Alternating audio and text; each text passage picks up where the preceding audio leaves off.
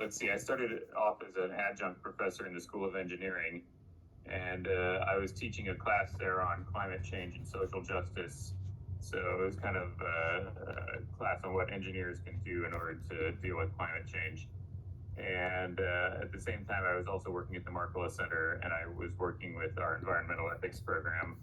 So I got into kind of environmental ethics from that direction. That's cool. Awesome. Um, and then can you tell us so like environmental? How do you know what's your expertise on fracking and how it's affecting our climate change and the environment currently? Sure. Yeah. I mean, so I would teach about fracking in that class. I haven't. I mean, it's not a big thing that I talk about. But it is. It's kind of an interesting one because fracking has actually contributed to the United States reducing carbon emissions significantly because it replaces coal, and coal is, of course, the most carbon intense form of energy that you can have since it's basically pure carbon. Whereas natural gas that you get from fracking is CH4. So it produces one carbon dioxide and two water. It mostly produces water when you burn it. And based on that, it's actually, I mean, fracking really started a lot under the Bush administration, kind of in the early 2000s. And so by the time 2007 rolls around, the US actually peaked in carbon output, and ever since then we've been decreasing the amount of carbon output on average. So it's one of those weird things where fracking's really bad for the local environment, but it's actually good for the kind of global climate change problem. That's interesting. Do you think it's affecting those communities that fracking is surrounding more versus those communities that aren't as close to fracking sites? So, I mean, you're absolutely right. One of the things that fracking does is since it actually breaks the rock, it cracks all the rocks apart underground. It can result in things like people having their well contaminated with petroleum, and they turn on their faucets and they can light their faucet on fire and that kind of stuff. So yeah, the local environmental hazards from it are really, really bad. And of course, the water just gets polluted because the fracking chemicals are really not healthy, and that kind of stuff leaks out into the environment. So of course, it's bad for animals and plants too.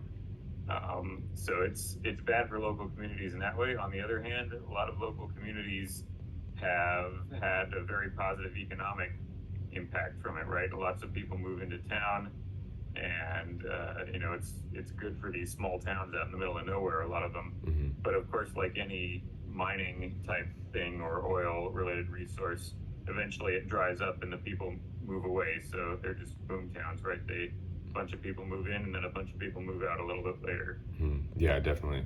And you would say the wildlife, like the animals involved in the area, they have to migrate or find some other home, which is not super. Would you say that happens? Yeah, I mean they would get sickened by the chemicals if those chemicals are leaking out, and a lot of the times these operations, they try to get exceptions made for them so they can just dump the chemicals into the local river. So that kind of stuff is particularly bad because of course then it starts poisoning things out on the surface where, whether it's animals or fish or amphibians or whatever. Yeah, definitely, that makes sense. Are there any like better alternatives to fracking that can have less effects on the environment? I mean, the main thing would be just to move towards a decarbonized economy, right? Move towards wind power, solar power, geothermal power. Actually, geothermal is an interesting one because the same kind of technology in terms of drilling down into the ground can also be used for geothermal power in a lot of places. If there's warm, there's hot rocks. It's just a matter of how deep down you drill before the rocks get hot enough to boil water.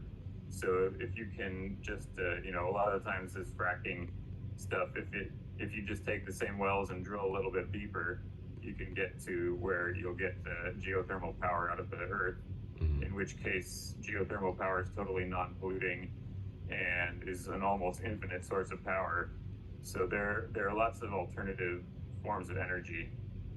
Why would you say, sorry, why would you say people aren't using geothermal power as much as other options? Yeah, geothermal. I mean, it's just more expensive because you have to dig deeper down. I guess would be the main thing. Okay. You have to lay the pipes. You have to make a little power plant up on top of the surface. Sometimes there's not enough water because you have to sometimes inject the water down into the ground.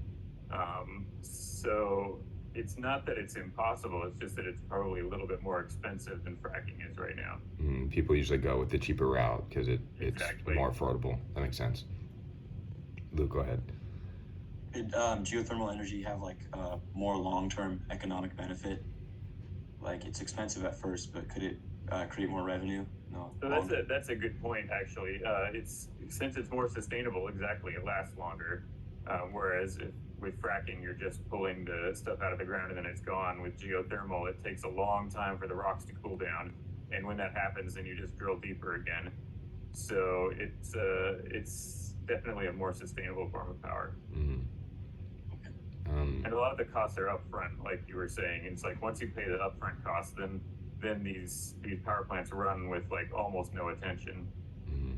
That makes sense. And then like us as the next generation, becoming business people in the future, I assume you would advise that we follow more ethical practices, like geothermal mining. But what is do you have any other advice for us to create a better tomorrow, basically? Yeah, I mean, just everything is all about trade-offs. I would say, right? It's like fracking is better than coal, for example. That's a trade-off. In that case, you're reducing the climate change impact, but you're increasing the local impact on the environment. And the same thing, if you're moving towards windmills or moving towards solar or moving towards geothermal, there's always going to be some sort of trade-off. There's no perfect form of power generation. Although some are much better than others. I think geothermal is one of my favorite. I think just because it's really effective. And actually, people don't know this, but California produces a huge amount of geothermal power up in near Clear Lake. There's a big geothermal field called the Geysers. Interesting. And they've been producing just like hundreds and hundreds of megawatts consistently from this one field. So it's a really good form of power. But and the trade-off would be is that they have to find water for it, and so they have to get water from either the local rivers, or they've been getting wastewater from Santa Rosa and places like that. Now, luckily, that's not such a horrible trade-off, but there's almost always some kind of trade-off that makes things not perfect. So the question is, how do you just kind of balance these good and bad things against each other, so that you can get the best thing in your particular situation? Mm-hmm. Definitely, yeah. That's a good point. Luke, do you have anything? I guess one more question. It's kind of like the same, but what can we do as students to kind of just spread more awareness or learn more about this topic? Yeah, I mean, I would say there's actually really good stuff online about alternative energy sources. So if you look up wind and solar and geothermal, and biomass is another one. The thing about biomass, of course, is that you end up burning it, but then it grows back each year. So in that way, it's carbon neutral. And there's just a lot of ideas out there about how to do these things. So there's entire fields of study if you want to go and study these things, not just online, but as your career. There's a lot of careers in this area. And ultimately, they're going to be better careers because they're actually going to be sustainable long term, as opposed to something like fracking, which is it's going to disappear in a few decades, right? It's going to take a while, but eventually, all those fracking sources of hydrocarbons are going to disappear too. Mm-hmm. Yeah, good So point. you do think we are slowly moving away from fracking? Yeah, I mean, eventually we have to move away from fossil fuels in general, just because we're going to run out. Okay. Yeah, I figure I keep asking myself, when is the oil going to run out? Because it's going to run out eventually. So what's the next step? So this actually is interesting, because then we're going to have to find new practices and more ethical, but also environmental friendly, so that we don't destroy everything we have. Exactly. Mm-hmm. Well, that's unless you have something else, Luke. That's all we have. Yeah. I think we're. Thank you. If you have anything else, or that's all? That's all. That's all. All right. Yeah. Well, thank you for your time, Your time. Brian. It's been a pleasure. Thanks you for working with us, and this was great. You answered a lot of our questions perfectly, so thank you a lot. This is very helpful. We appreciate it. All right, you're welcome. Good Yeah. luck with your project. Yeah, thank you so much. Yeah, have a good rest of your day. Thank you so much. All right, you too. Bye. Bye-bye.